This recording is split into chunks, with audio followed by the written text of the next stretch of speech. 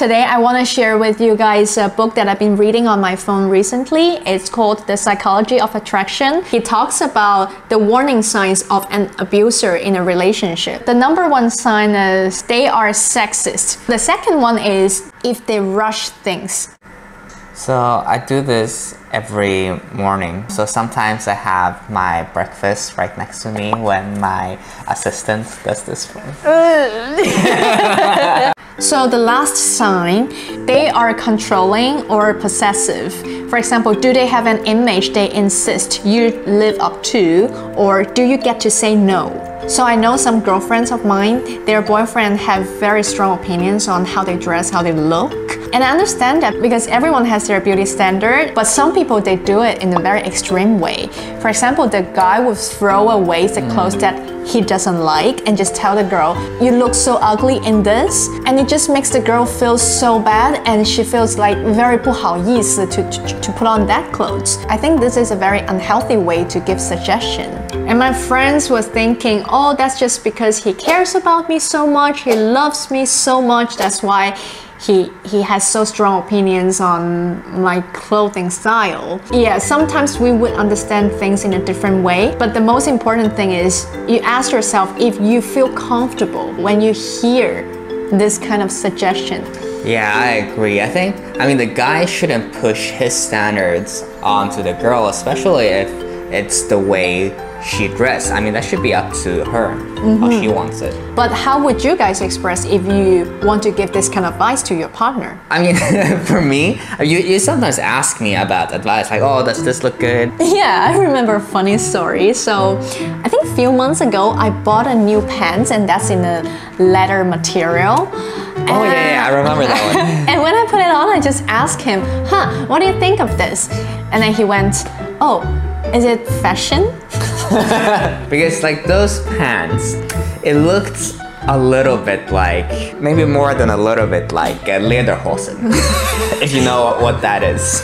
In some areas, it's very fashionable. I think there is a very good way to give suggestion. Instead of judging what that person is wearing, you can actually say, oh, I think you would look great on this. So after I finished reading this chapter, I also read some background information on violence tendency that's provided by Mint reading.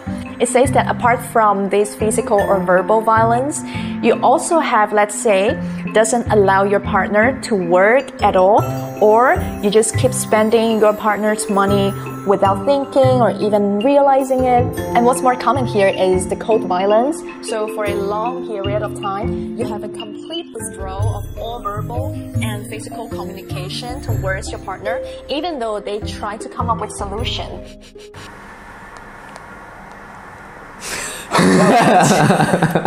Okay, so to summarize. Do I say it? Oh, wow! So, I'm a little bit nervous now. Just to summarize, the first one being sexist, the second one to rush things, and third one being controlling or possessive.